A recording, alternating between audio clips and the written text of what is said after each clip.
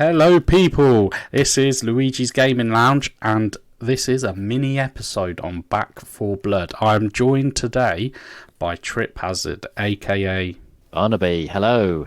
Intimate episode today, me and you, we're Barney. Getting intimate, Oh, we're getting intimate. It's a dynamic duo. Yeah, that's it. Well, in actual fact, I believe, you're the only one out of us all that, well, including myself, you've been on every episode, I believe. Whoa! So that's I await my medal eagerly. That is quite the achievement.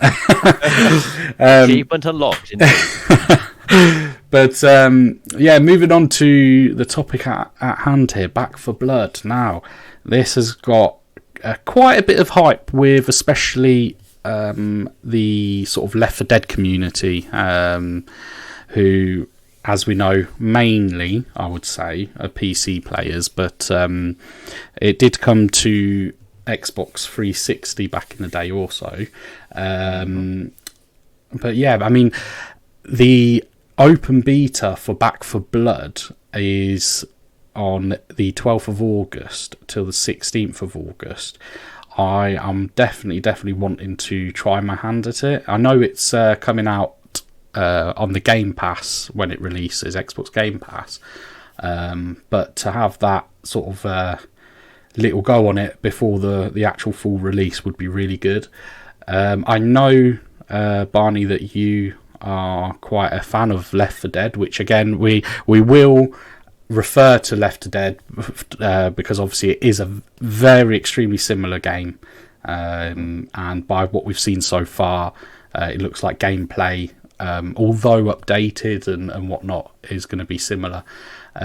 So yeah, I mean, what are your thoughts on the game, and you know, when you saw it? I just want to hear what you've got to say, Barney. Cool. Yeah, well, it is basically Left 4 Dead 3, and it did kind of puzzle me because of the success of the first two Left 4 Dead games. Yeah. Why they never did release a third, because there is so much more that could be done with the zombie FPS genre. I mean, even nowadays you're getting fresh games released all the time, set in that apocalyptic zombie setting, and I don't think that the Left 4 Dead series, although it had a lot of variety to it, I don't think they even scratched the surface. They could have done a lot with it, a lot. Now that always really surprised me. So I am glad to see that essentially Back 4 Blood is a spiritual successor. It is Left 4 Dead 3 in all but name. So I am psyched to play it. In fact, when I saw it on Game Pass, because it was already listed as a pre-order. I didn't realise it was just a pre-order. I did almost wet myself slightly when I thought it was ready for release already. Yeah. But yeah, it is only a pre-order, so yes, we're going to have to wait a little bit longer. But yeah, definitely, I'd be up for the beta. Yeah, I think we've definitely got to give that a go.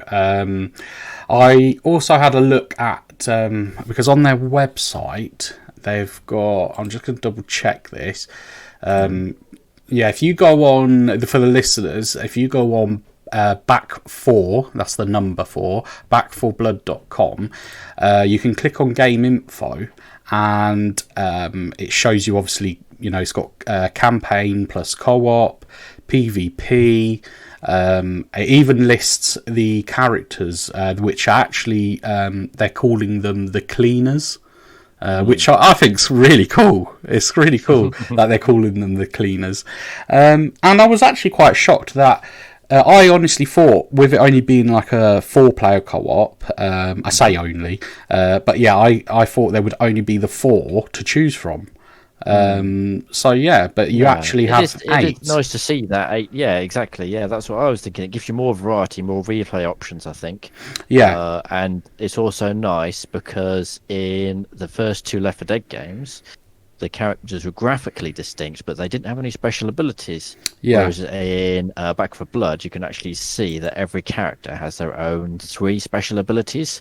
I think, and in addition to having the graphical differences and the backstory. So I think it's nice to see that they have a gameplay difference as well. So I'm looking forward to trying out all 8. Oh yes, definitely. I mean, that for me is something that I really enjoy. Like I remember back when I was playing. I will remember the name. What was that game? Dead Island. Dead Island. Yes, yeah, that was good fun. That was good fun. But I just any game that gives you that little sort of paragraph of a backstory to a character, I feel it gets you just that little bit more involved. Yeah, exactly. You don't need pages and pages. Sometimes it's just nice to have just a little tidbit just to make them more than just a 2D cutout. It gives them more depth, background, and so forth. Definitely. I've got to admit, there's one of them on there called Mum, and she's given me Carol from The Walking Dead vibes.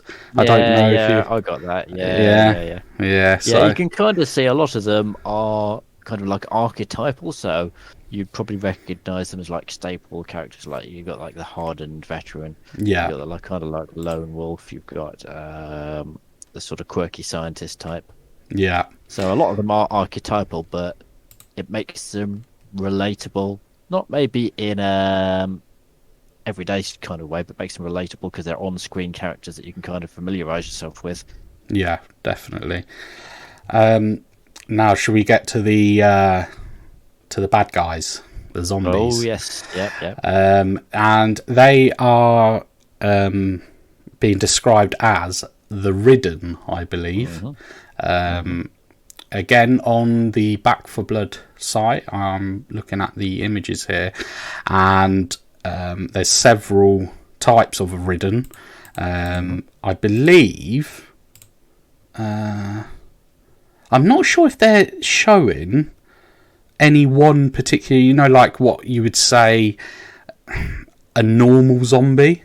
Yeah, I was going to say that they're showing you a lot of the special zombies. Yeah, just as like you had in the Left 4 Dead series. That's They're right. not showing any normal zombies. So yeah, I'm wondering. I mean, I'm hoping they do something a bit quirky with it and do something even like procedural generation. So every zombie looks different. You never see the same zombie twice. And I think if they could do something like that, that'd be cool. That would be really And they cool. are kind of hinting at it already because they're saying they've got a kind of like an AI director, just was made famous in Left 4 Dead, so that it automatically adjusts the difficulty and changes your path slightly every time you play. Oh, okay. And also these, I think they call them cards. So I'm guessing you get like dealt a few cards at the beginning of each game, and every hand you're dealt is slightly different, and it tweaks the gameplay somehow. Oh, okay. I don't know if you saw that on there as well. Actually, that's something I must have skipped over. It hints on it by calling it rogue light elements, so sort of play on the term roguelike. Yeah, which is kind of like that dungeon crawling RPGs, which use randomly generated dungeons. Yeah. So I'm guessing they're kind of taking inspiration from that genre in making it slightly randomly generated every time, which I'm all for because I used to love replaying Left 4 Dead, but after a while you did see the same old things over and over again, even with the AI director tweaking the path. Yeah. So is that the deck manager? Is that what you're looking at? I think that's what they're referring to, yes. Yeah. Because as I interpret it, they'll be dealing you a different hand every time. So even if it's only got like 20 or 30 cards, if you're getting random selection from the deck, then you're going to get a lot of different combinations. That's quite cool, actually, because where was it that I saw this? It was just basically saying about there's a lot of that's it, extreme replayability. Actually, that's on the deck manager, isn't it? Image that it shows you here. So yeah, that, I mean, you can see with what you've mentioned in regards to like the cards as such, why there would be that replayability, because even if you're doing like the same level or whatever, depending on what cards you're dealt, quite literally, it could you could play a very different game, stealth or all guns blazing. No, I like that, because you had that kind of option already in Left 4 Dead, but if you can emphasize that and actually make a proper, almost like sub game out of utilizing the cards effectively, that just adds more depth to the formula. Yeah, very true. Very true. I've noticed also that under the Ridden, they have only shown 4 of those, and there's 4 sort of 4 images with question marks. So, and do you think the 4 images with question marks? I've got a feeling they're going to be all specials. I don't think they're going to be like just your bog standard, are they? Yeah, I think they're keeping 4 hidden. So they're showing 4 up front just to give you like a taster of what to expect. Yeah. And there's going to be 4 hidden ones that will have more unusual powers, I think. Yeah, definitely. Let's just have a look here. Okay. But I mean, the zombie. Well, the Ridden. I won't call them zombies. Zombies. They're zombies. We know what they are. Okay. Despite what names other people may give them, they're all zombies. True. I mean, I know there's only so much that can be done, but obviously one of the Ridden here, which is called Snitcher. Says this Ridden creates a deafening screech when aggroed and will trigger a horde of Ridden with their scream. Now, I don't know, you must have seen it, and I know you have downloaded it recently, but State of Decay 2, they have screamers, and it's pretty much the same thing.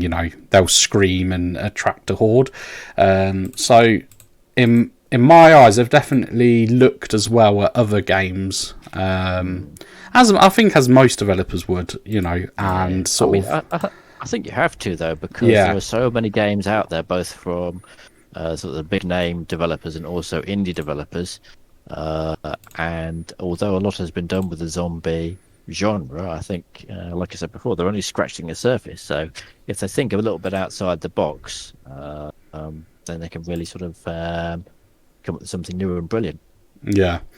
No, that's right. I mean, hopefully, I'm hoping that this is going to be, like you said, it sort of is the successor to Left 4 Dead. It is, in effect, it is Left 4 Dead 3, isn't it?